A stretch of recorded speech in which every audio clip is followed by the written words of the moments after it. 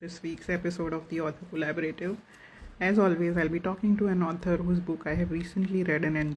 Hi, Nilshri. Thank you for joining. Hi, Anusha. Thank you for joining. Hi, Pawan. Thank you for joining. Okay, Anisha, I've sent you an invitation. See if you received it.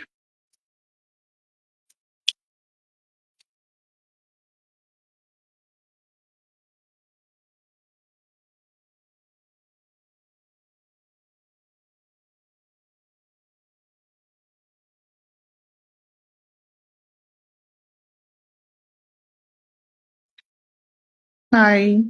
Hi, my secret bookshelf. Thank you for joining. My guest for today is Anisha. I'm just waiting for her to join the live to begin the episode. There, there seems to be some network issues. Hopefully, she'll be able to join us soon.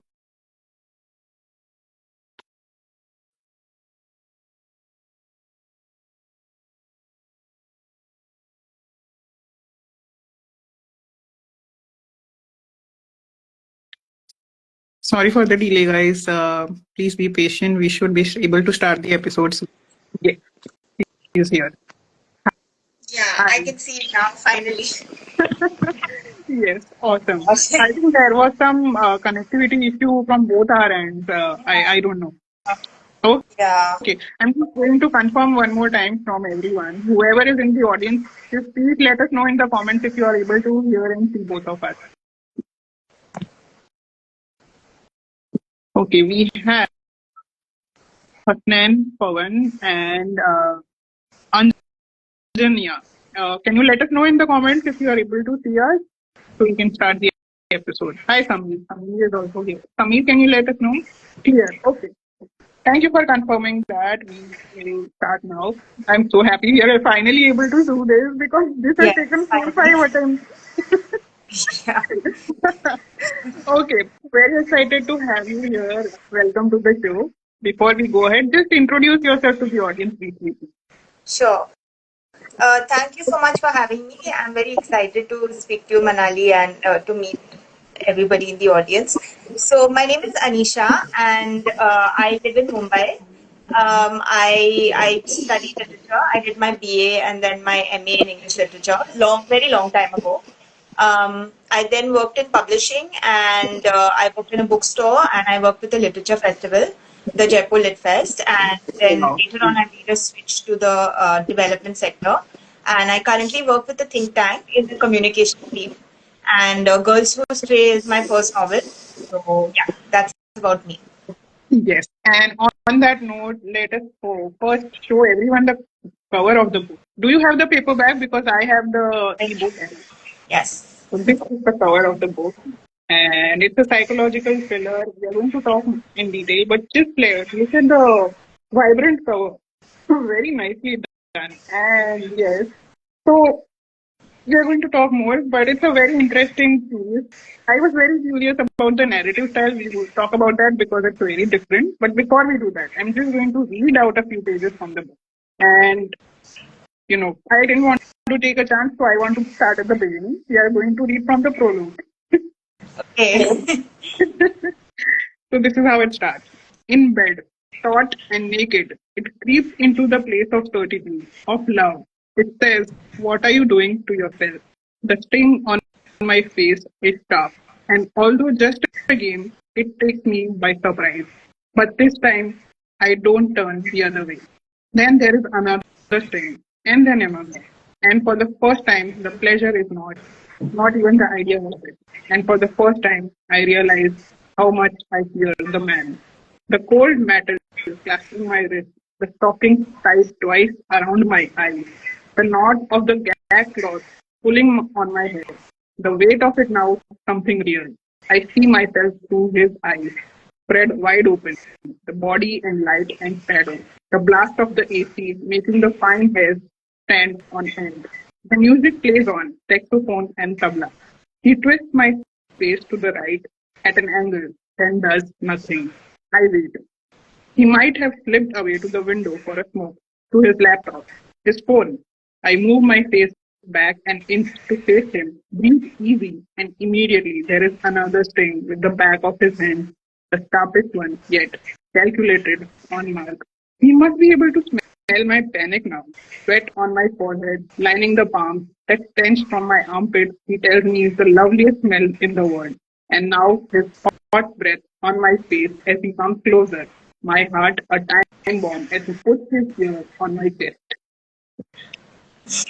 So immediately we know there is someone in captivity and someone who is treating the person in captivity not very gently because there have been slaps and there is some physical violence involved. And what a way to begin the book because we want to know this character and what is happening to her. We are already scared for her. So wonderfully done, Anita. Because Thank you. yeah, and all throughout the story, I mean, all throughout the book, this is happening. You have layered it so well that, with every chapter, this character who is telling us that she's in captivity, and then she's telling us what has happened that before this thing happened where she has been kidnapped and she's in captivity with this person. Amazingly done. So, very, very nicely done. And another thing that I really liked about the book, I mean, there are quite a few things that I like, but what I really like is that we have not named the characters. I mean, none of the characters are named, and especially the person who is telling the story, the protagonist, he has no name.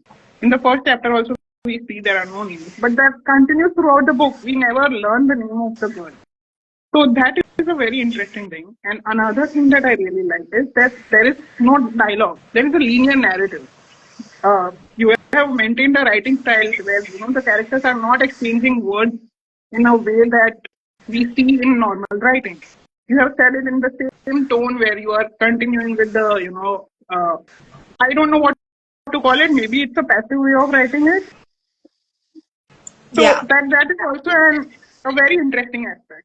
So based on that reading, I just want to ask you a few questions related to your inspiration behind this, how this all came about, what was your idea about this. Okay. And we had a sure. lot of hearts coming in, so I'm just going to address those. One more time, I'm telling everyone, it's the way the book begins is, very exciting, but this continues throughout the book. So go check out the book. And a lot of people were also complimenting it. It's wild. Samir has said it's wild, and the wildness continues. It only gets wilder from here on. And Sukhana is saying hi, author. Hi, Sukhana. Thank you for joining us. Okay. Hi, Sukena. Hi, Samir. I am just going to pull up the first question. Give me a second. Sure. Okay. So, my first question to you, I've already mentioned the two things that were very, very interesting and distinct for me as a reader in the book. It is that there are no dialogues and the lead character doesn't have any. In fact, throughout the book, very few characters are named. I think there were only two, three. I think I am remembering. There is Munya and there is Chanavanu. So, and nobody else. We don't learn the name of anybody else. So this was a very interesting read for me because though I didn't know कौन सा character का क्या नाम है, I was very invested in their life. मुझे जानना था. As an author, uh, tell us about why you chose to do this and were the two things interrelated or one decision came after the other. Like did the narrative style come first or did the decision to not name the characters came first? Were the two interrelated and which decision came first and how were you able to follow through? Because that must have been another challenge in itself. Sure. So I think for me, the narrative style definitely came first. Like for me, it's really all about voice. Like for me, writing is all about voice.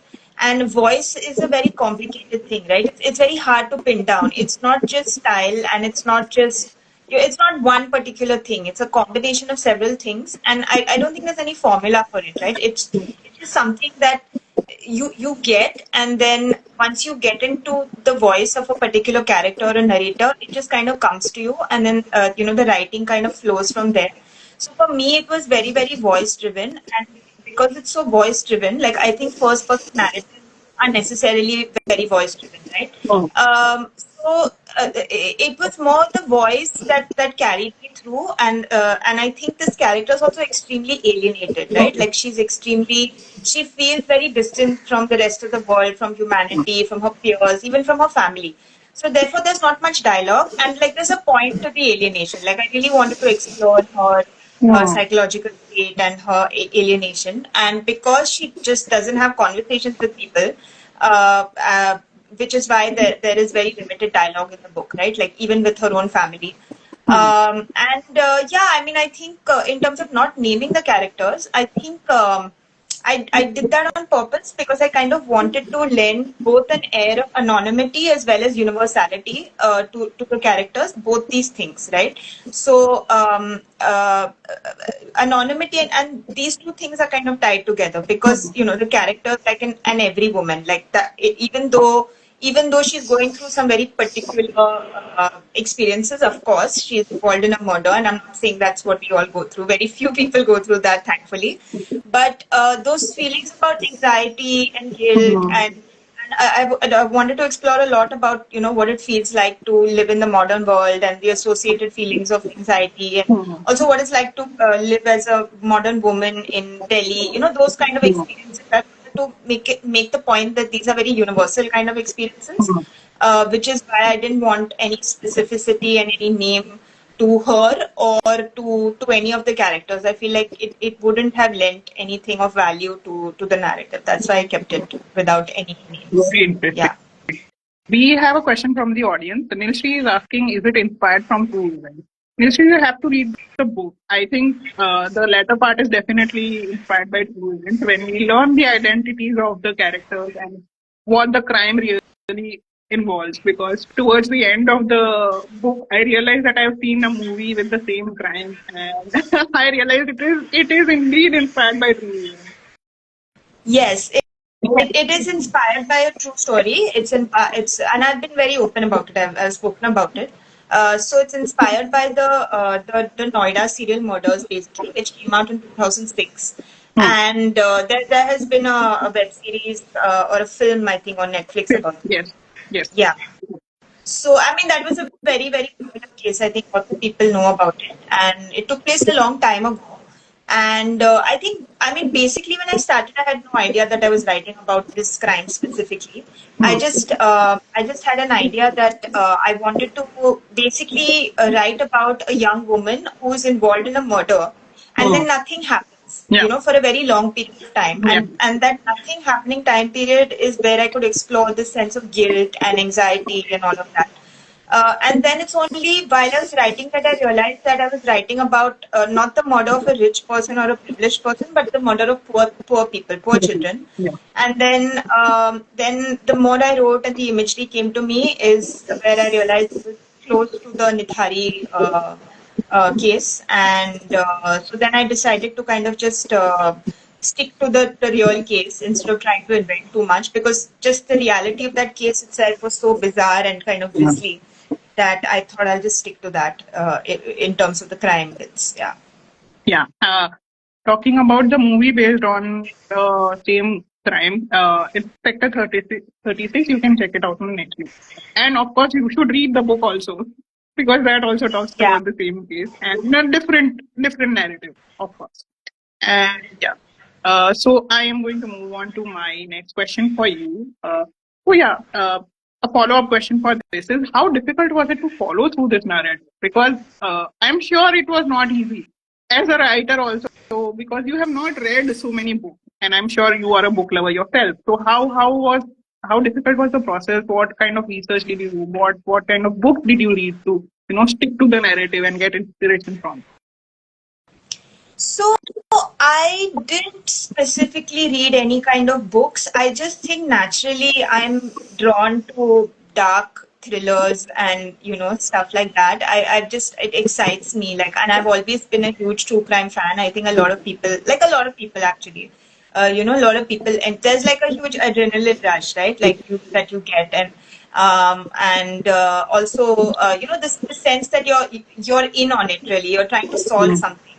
So there's a kind of high that you feel when you're either watching true crime or you're reading thriller, whatever it is. So and also, I mean, it's fascinating, right? The depth of Yeah. darkness that really drive people. I think psychologically it's very, very interesting, and a lot of people are fascinated by it. So I've just really been interested in thrillers, and more than like who done it, it's more about like why done it for me. Yeah.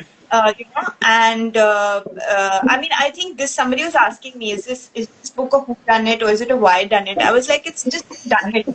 It's not even a why done it because you don't really understand why the characters even Yeah. do what they. I haven't even gone there in that book, Yeah. in this book. Yeah, I've just always been interested in thrillers, and I really wanted to.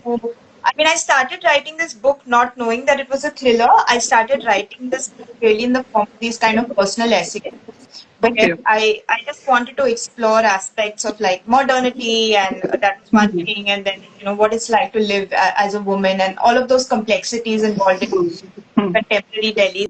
So I wrote these two very long scenes, and then I was wondering whether I should bring it together and whether it merits bringing things together or whether I should just leave it be.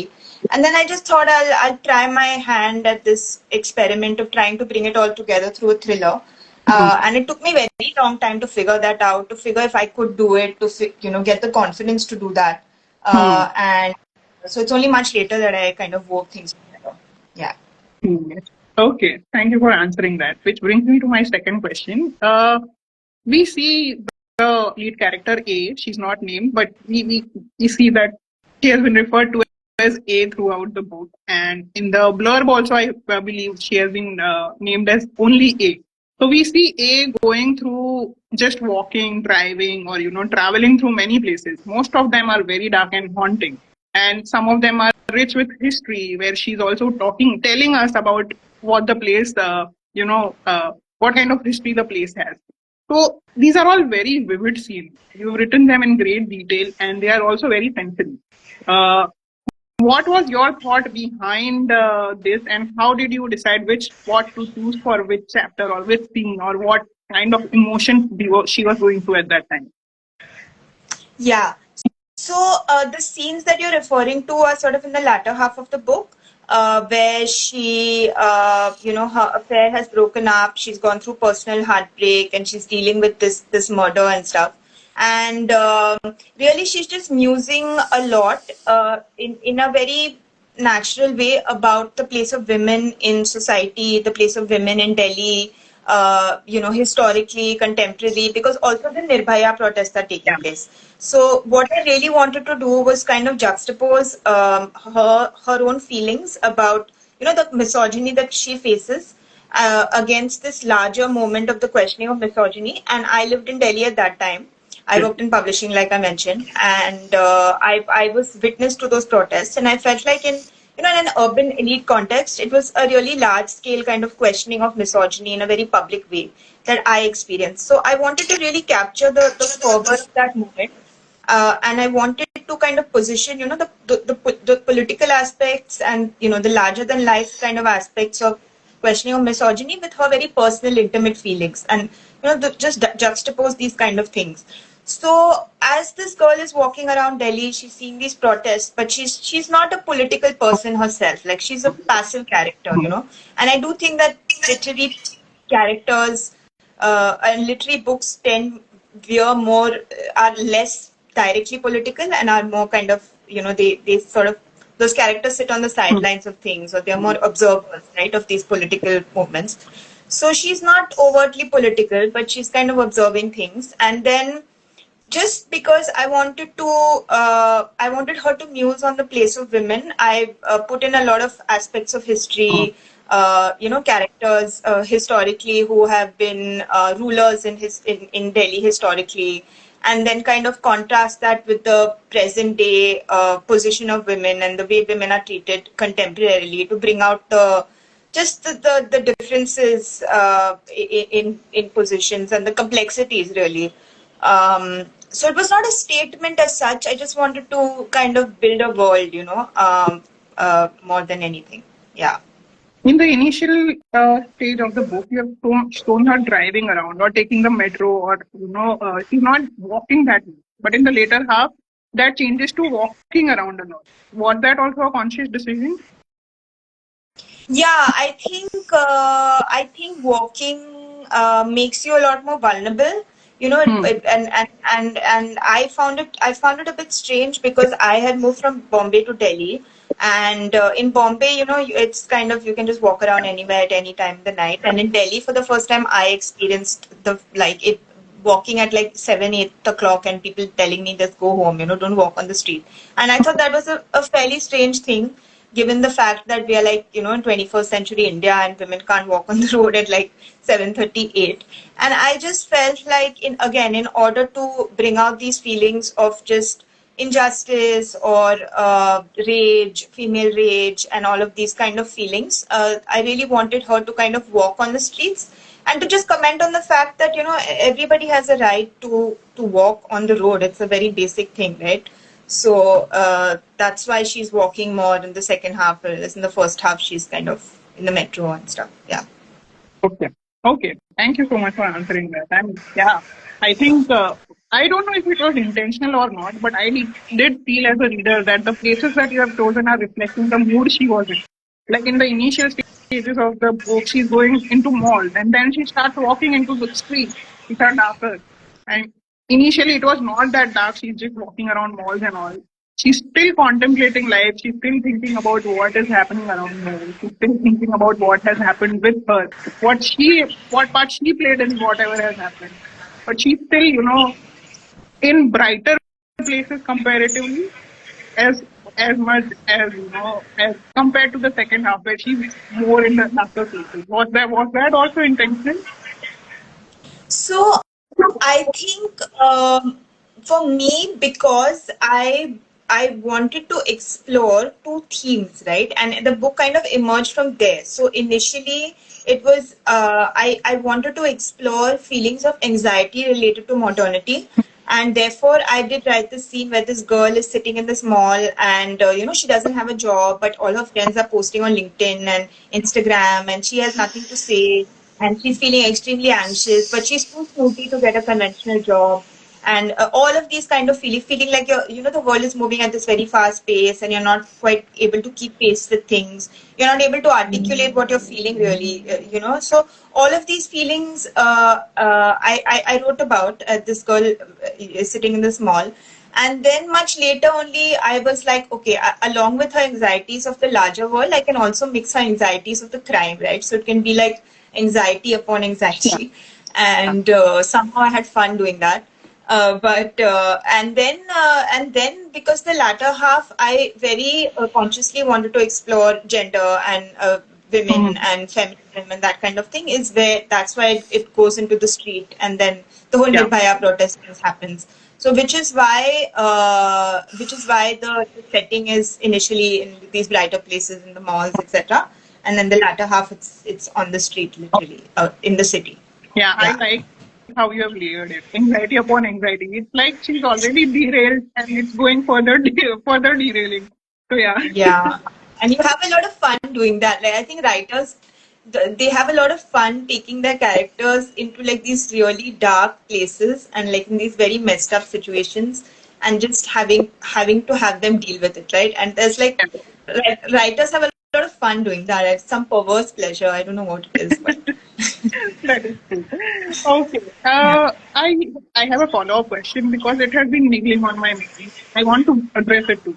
Because I sometimes as writers we are also concerned about such things. Your character is not, you know, conventionally a goody two shoes. She has a lot of problems. yeah. What multiple shades of gray she has. So it's very difficult to empathize with such a character. So how did you go about ensuring that people don't end up hating her? Because that is very close to what people will feel while reading. She कुछ कर नहीं रही है life में. She's only grumbling and she has taken her privilege for granted so much. So what was your thought process behind the whole characterization of A and how did you ensure कि यार लोग इतना भी dislike ना करे कि कोई empathy ही नहीं. Yeah, no, it's very hard, definitely, to create a character that has, like you said, so many shades of gray, and but I think that's the challenge of it, right? Like one of the reviewers said that this character both elicits disgust and empathy in this reader, and that is very challenging for a writer to do, and that is Exactly. Yes. um, Yeah, I mean, I think I just tried to create a character that was as real to me as possible, Hmm. and just real to real life. And I think I think especially with women characters historically, though of course things have changed hugely now, but historically women characters have always had to be pleasant and just nice And people. to be And yeah. yeah, and the onus is on women to be nice rather than men, right? Like the onus is on women to be palatable and nice and pleasant rather than men because of, the maternal instinct, and people have that are these societal expectations. And I mean, I just think that it's time, the time has passed for that, and we should see women characters as whole, and like exemplifying all kinds of Hmm. qualities. And I think I think although empathy is crucial, but I think more than empathy, it's the fact of being compelling is more important in a character. Like a character can be just horrible, like a character can be a murderer, a character can just be the most passive character, but there's something about, if there's something interesting about the character, that to me is more important, Hmm. than rather than even empathy. Because sometimes a character, you can't empathize with the character at all, but then that character is just so interesting. You're just driven to know what that Hmm. person does with their life, right? So that too, like I read Otessa Moshfegh's book, My Year of Rest and Relaxation, and that character is just she's selfish. Like she says herself, she's very beautiful in a very conventional way, and she knows it, and she's extremely privileged. And all she does is sit for a year, and she over medicates herself, and she takes pills, and she just wants to sleep for a year. So she's really a drug abuser, beautiful drug abuser woman. But just her character so compelling, and so she's not likable in any sense, right? Like you can't even empathize with a character like that. But it's just that this character is so interesting, and the voice is so powerful and kind of snarky and interesting, really, that you just want to, like, as a reader, at least I just wanted to, read and know where this character is going. So, Yes. yeah. Thank you for addressing that it's not always necessary to write only positive and likable characters, because as long as they have that spark of interest, being interesting and different, people will be interested in reading those characters and how their life is, narrated in the book. So thank you. Yeah. Okay. Uh, that brings me to the end of my questions that I had for you. You have also read my book, so the floor is all yours now. Sure.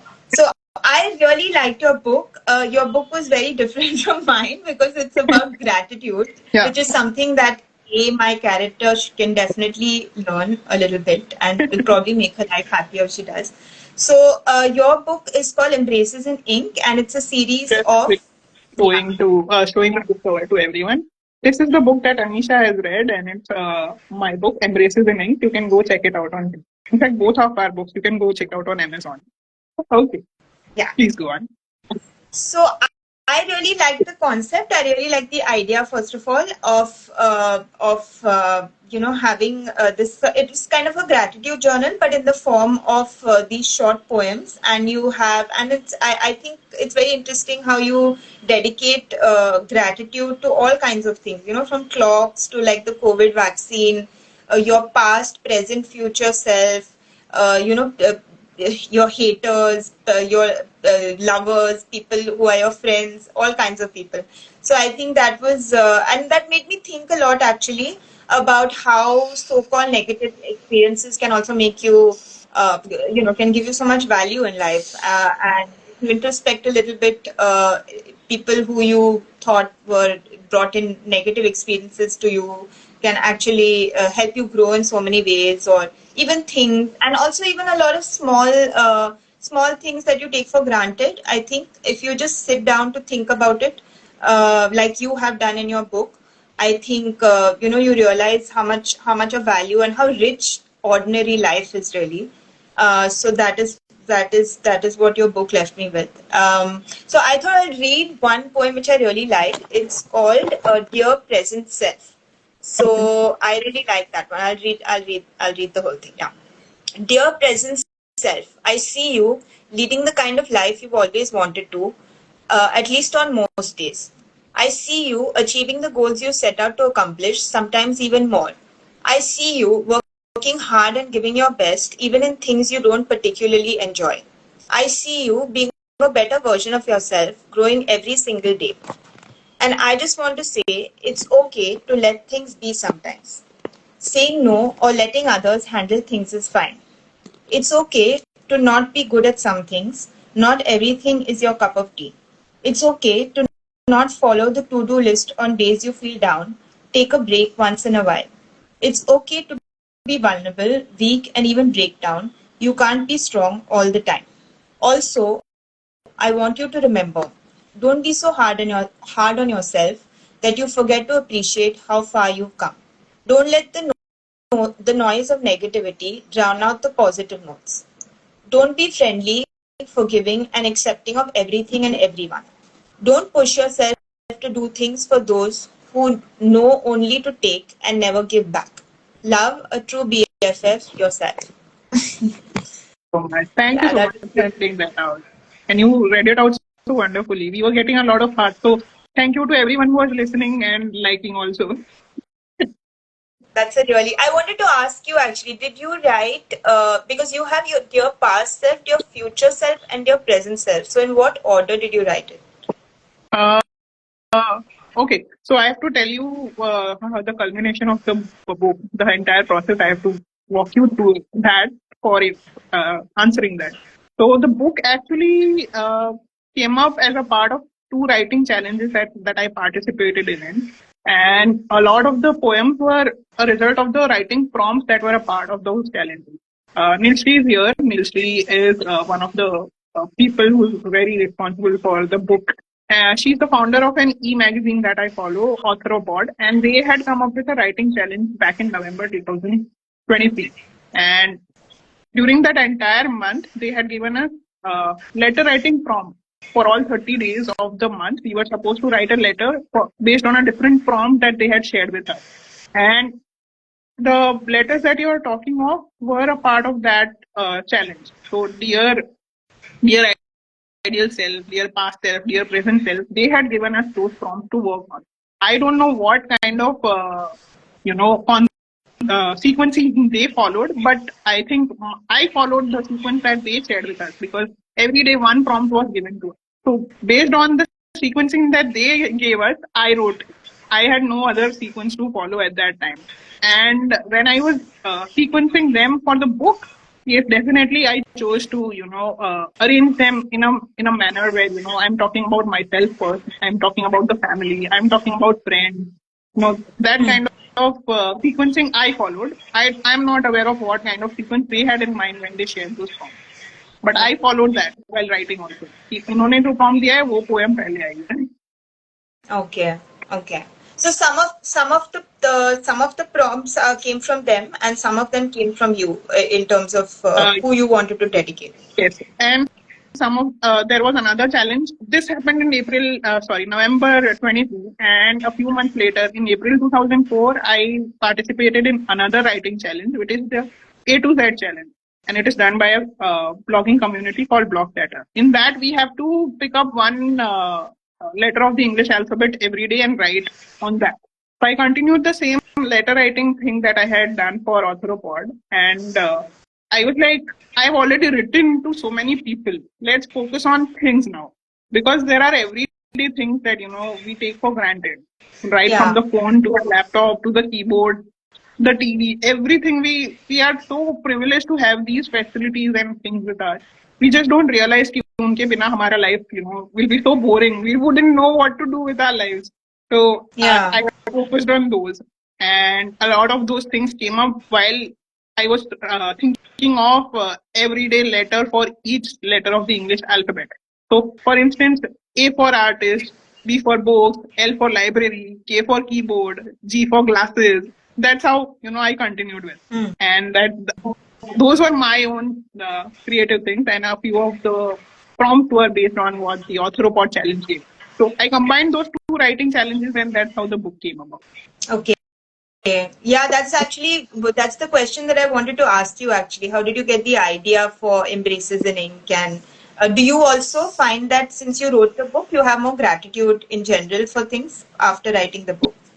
Yes, I was already, I had embraced this, way of life of having gratitude, a lot of gratitude every day. And I do gratitude journaling also on a daily basis. So I had already embraced that way of life. But while writing the book, I became even more grateful. So, yes, Okay, what was already there inside me became more consistent and grew more. that's great. Yeah, I mean, I think that's really one of the key ingredients in making yourself happy, right? Is to just to remind yourself of the small things in life and the things that you already have that have so much value that you take for granted. So yeah, that's a great thing. Thank you. And yeah, I mean, I just had a couple of questions in terms of which you've answered already. Did you have you developed more gratitude since you've written this? And you said you also have a daily gratitude writing journal. So has that increased your sense of gratitude? Yes, I think the sense of gratitude took a lot of precedence, I think, for most of us during the COVID lockdown and the pandemic. Like, we didn't have much in our control. The only thing we could really be grateful for were, a roof over our heads, a healthy life, and, meals every day and a steady source of income, which a lot of people did not have at that time. So I feel at that time uh, I began embracing this gratitude feeling that, all my loved ones are safe. I am safe. I have food on the table. I am earning. So yeah, life is going on. Even if the world is in a chaos, I am okay. And, Yeah, yeah, I think that to sow the seed of the feeling of gratitude. And a few years later, I think the following year, I started following this daily gratitude journal practice. And maybe that was the seed where embraces started. And okay. unconsciously, I feel like that was the point where embraces was already in my head, and I just needed those two writing challenges to be the propellers for taking it further. Hmm. Great. Yeah, sometimes some things, multiple things just come into your life and you feel like, they're all pointing you towards the same direction, right? Like it's all leading you towards the same thing in a very strange way. So, yeah. Okay, so we will now move on to my favorite bit, which is the rapid fire round. Anisha, how we'll do this is we'll do back and forth. Okay, one question I ask, one question you. Okay, Sure. okay. Yeah. So my first question to you is, what's your weirdest writing ritual that you are willing to admit in public? I'm sure you have a lot which you don't want to admit, but the one thing you are willing to admit that हाँ ये थोड़ा strange है. Uh, it's not a ritual, but people have asked me actually how I went about writing my first book, and I just have only one answer, and that I went about it in a most schizophrenic way possible. Oh, Uh, okay. I didn't have any process. I think just anxiety was the running motivation for me throughout, and it was just like yeah, it was anxiety, of course, knowing somewhere deep inside that something is interesting here, something is working, and you can only know that for you, right? Like that's what I tell people. You as a writer, you're really working in isolation, and it's very. I mean, you can send it to a few people here and there, but ultimately only you know yourself. And so there was no ritual. There was a unfortunate lack of all ritual. It was just like schizophrenia and anxiety. Yeah. Okay, interesting. Okay, your turn. So my first question is: have you been a writer since childhood? I don't know about writer, but I have definitely been a poet from childhood because I've been doing poetry for a very long time. Probably since I was a teenager, or even pre-teens I might have, but I distinctly recall कि teenage से तो मैंने start कर दिया था poetry लिखना. So Oh, yeah, nice. yeah, it's Okay. been 2 decades of doing poetry. Wow. Uh, my next question to you: would you rather that your protagonist A text you or show up unannounced? Text you or what was the other thing? Show up unannounced to meet you. Oh, definitely. I definitely want her to text me. I don't want to deal with her in person. Just too much. I don't know what to do with such a troubled young person. Yeah. Okay. Yeah. Okay, your turn. My thing is, one book you read you wish you had written. Oh, so many. So many.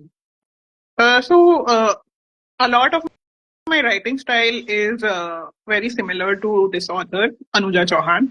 And the minute I read the Zoya Factor, because it combines two of my favorite things, it's romance and cricket. So I was like, मैं भी लिख सकती थी. I wish I had written this. So yeah, Yeah. Yeah, she's great. She has a very, I like her style as well. yeah. It's a very quirky way of doing DC romance, which I really like. And it is very similar to how I write my romances also. I've written two novels and, because I have read her so much, the inspiration is very obvious. Okay. My next question to you is, if a girl who's straight had a scent, what would it be and why? A smell, Had like a scent. scent. It would be musky and tantalizing. And yeah, musky and something to do with night, like something evoking, the night, like, I don't know, jasmine or something like that. Then, ooh, interesting, yes. And a little bit of alcohol also, I think. Definitely, definitely. A lot of that. Okay, your turn. Forgot that was a crucial factor. Yeah. My question is, one book you read you are glad you didn't write. Um, okay, off the top of my head, that I really enjoyed reading it, but yours, I think it would be leave me haunted for many days because I would be in the skin of the character, the lead character, for a long. It Yeah. would be difficult to draw a note from that. So I'm glad I didn't write those instead. Yeah. Okay. Okay. My next question to you is, what would happen if A stumbled upon embraces in ink in a therapist's waiting room? Would she cough, scribble her own letter, or walk out? State the reasons for your answer. Oh my God. Okay. I think she would initially scoff for sure. And then she would probably go home and think it through a little bit. And then she would probably realize that there is some value to gratitude and to positivity. And it would make her a better person and put her in a better place and be a nicer person to people around her who love her. And then she would, take it a bit seriously and also try to write gratitude poems. Yeah, Yeah, I think that would be a upwards growth curve for her. definitely needed. Okay, your Yeah. turn. Are there certain themes that obsess you while writing? Certain themes that obsess me. Yeah, quirkiness. I mean, I enjoy writing banter between characters, especially in a rom-com setting. Uh, I I enjoy writing romance and meet cute. So yeah, the Okay. initial first meeting where the two people are awkward with each other, I enjoy writing those things. Okay. Okay, my next question is, if you had to assign Girls with Street a letter from Embraces in Ink, which one fits the best and why? Oh, that's such an interesting question. Let me go through the Let me go through your book and just 1 second.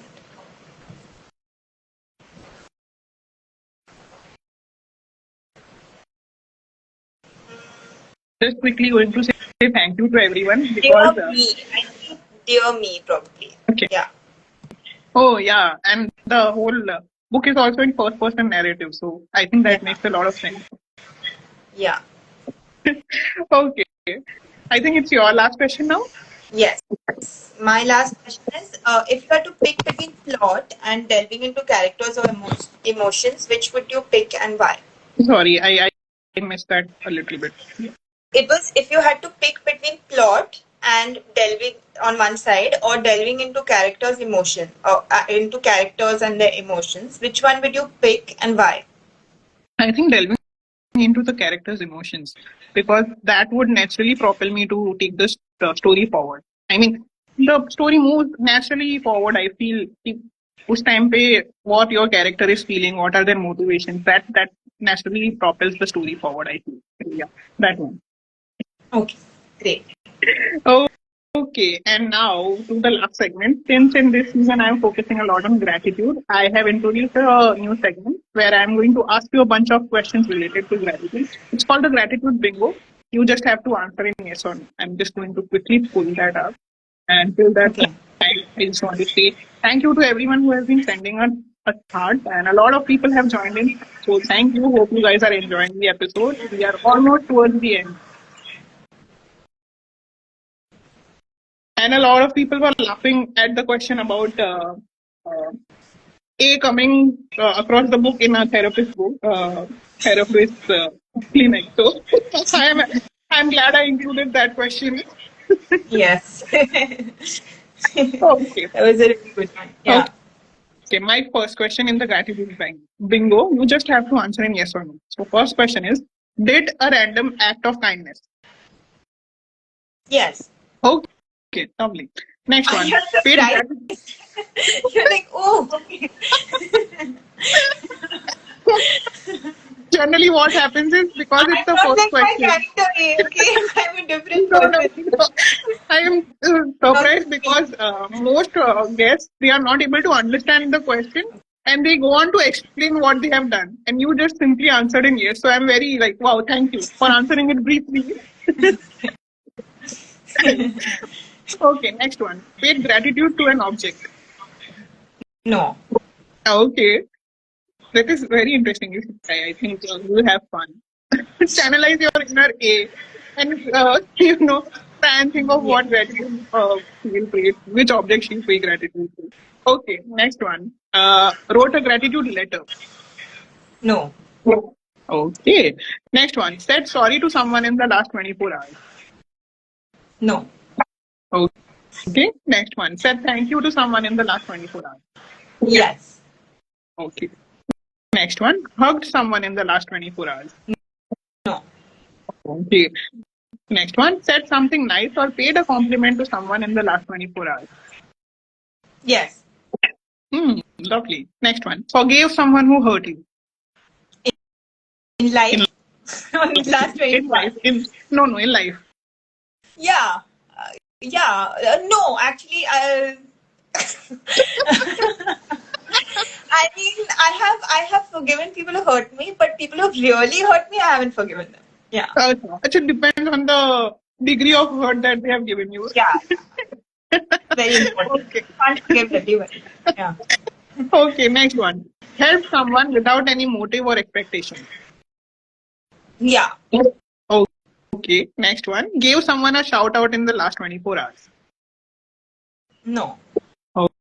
Okay, next one. Listen to someone with empathy and without judgment. In life. In life, yes. Okay, But next one. not very often. I'm loving this. People are also laughing. Tanvi is also saying that's so honest. Yeah. Okay, next one. Spent quiet time alone outside. A lot of it. Oh, A lot of it. Too okay, much. lovely. Next one. Too much of it. I can see. I mean, that's obviously the inspiration behind A's escapades in the entire book. Yeah. Okay. Next one. Did not complain a whole day. No. This is where you fall in the majority line. A lot of people are, just no. And I see a lot of people, their light going out of their eyes, realizing कि मैं कितना complain करती हूँ, but you are owning it, so I love it. I'm like, "Yeah." Okay, next one. Wrote three things you like about yourself. Not necessarily wrote. Thought is also fine. I like my sense of sarcasm. I like my ability to laugh at myself, I think, when things get really bad, which is also like a coping mechanism. And I think I can see my own faults to a decent degree. So, yeah, those are the three things. Okay. Next one. You just have to answer in yes or no. You don't necessarily have to mention it. Throw three things you like about your parents. You want me to answer in yes or no? Yes. Have you done this? Have you like written Oh, three things? I've Yeah. not written or thought it through, but I mean, I know, but I have not like officially like formally thought it through or written it down or anything. Yeah. Okay. Next one. Throw three things you like about you. Someone you envy. Three things I like about someone I envy. Yeah, I can, I mean, again, I haven't like thought it through, but there are things that I can think of. Yeah. Yeah. Okay. Which is Lovely. why I Next one. envy them, right? Because I envy the things that they like. That is true. हाँ मैंने सोचा तभी तो मुझे envy हुई. Exactly. Good point. Okay. Next one. Throw Yeah. three things you like about a friend or a colleague. I mean, I haven't written anything, but there are things. There are things I like, but I haven't written it. No. Okay. Next one. Helped, mentored, or shared knowledge with someone in life. Yeah, I have. Okay. Lovely. Next one. Watched the sunset in the past month. No, I haven't. I have not. It's raining a lot in Bombay. There are like hardly sunsets to watch. What are you saying? Recently, I've been coming across so many Instagram posts and reels where people are saying the sunsets in Bombay are so beautiful. Yeah. Okay. Yeah. I guess I I have not. love the poker face you have. Okay, होगा मुझे नहीं पता. I yeah, I'm not majorly into sunsets. Yeah. Okay, next one. Observed or appreciated nature and its elements. I have, but I wish I could do more of it. Yeah. Okay, next one. Sat in the sunlight in the past week. No. I need more sun, definitely in life. Okay. Next one. Yeah. Made someone laugh or smile in the last 24 hours. Yeah, I generally do make people laugh. At least myself. Like, at least if I can make myself laugh, then So yeah, that's half the battle. that's the most important. Anyway. Okay, next one. Turned or looked at a negative situation in a positive manner. No. Oh. I mean, it's tough. It's tough one for me to look at negative situations, but I generally do tend to make light of it eventually, which is, I guess, in some way of It, making it it is positive. yes, it is positive. थोड़ा late आ रहा है पर positive ही है. Yeah. Okay. Next one. Did something this month that you have been wanting to do for long. Mm, I bought a sari to wear to the Mysore Lit Fest. Oh wow. And I really don't know how I'm going to wear it, but it's a pre-pleated sari, so hopefully I'll manage somehow. So that's what I did. Yeah, I've been wanting to do it for a while. So yeah. Okay. Lovely. Looking forward to the photographs. Please share them on social media. Okay. And the last one. Took ownership or responsibility for your mistake. Yeah, I think I have. I think I have taken ownership to some Okay. extent. Yeah. Okay, lovely. That brings us to the end of gratitude video and also to an end to today's episode. We were getting a lot of laughs, a lot of heart, so people enjoyed this bingo a bit much, I think. Yeah, I also had a Makes lot me of very fun. happy. Yeah, that makes me very happy. And your honesty was seriously, I admire it a lot. It was such poker face. So, हाँ है तो है नहीं है तो नहीं है. I love that. You have to own yourself. Yes. Yeah. And once again, thank you so much for being on the show. I had a lot of fun. And I especially asked this to the guest that I had a lot of fun with, so I'm going to ask you definitely. When are you writing the next book so I can invite you again? Oh, thank you so much. I started writing a new book. It's been a while actually. I haven't made much progress on it, but I mean, it takes me a long time to write. I'm not a quick writer at all. But I do hope to be a lot more disciplined for this book. So hopefully in a year or two, I'll finish it and hopefully it get published. And yeah, let's see. And what about Okay. you? Are you working on something? Yes, I am currently working on something. I am hoping to release it by the end by this month or a couple of months. So Oh, let's see how that. 2035. Some of me said when 2035. he's saying 2035, yeah, he would know. So I'm assuming this book took a lot of years. That's why the comment. It took a long time, but it didn't take 10 years, Samir, as Samir is implying. It took 8 years, not 10 years. So yeah. Okay. But you have already started working on it. So 2035 तक तो 10 साल 8 साल हो जाएंगे ना. Timeline. It's a realistic timeline, I Okay. must say. So looking forward to that, and I hope it comes out soon so we can do this again very soon. Sure. So all the best for that, and looking forward to hosting you again. Everyone, Thank you so much. go ahead and check out our books. Anisha is also available on in bookstores. I feel, है ना? Offline भी Yeah, available होगी आपकी. Yeah, mine yeah. is only on Amazon and selected bookstores. Hers is available on most most bookstores across India. So go check it out. It's a really thrilling read as it should be because it's a crime thriller, psychological thriller. So जाओ देखो और पढ़ो हम दोनों की books. Thank you once again, Anisha. This was a lot of So fun. Have a great much weekend ahead. fun. Thank you. You too.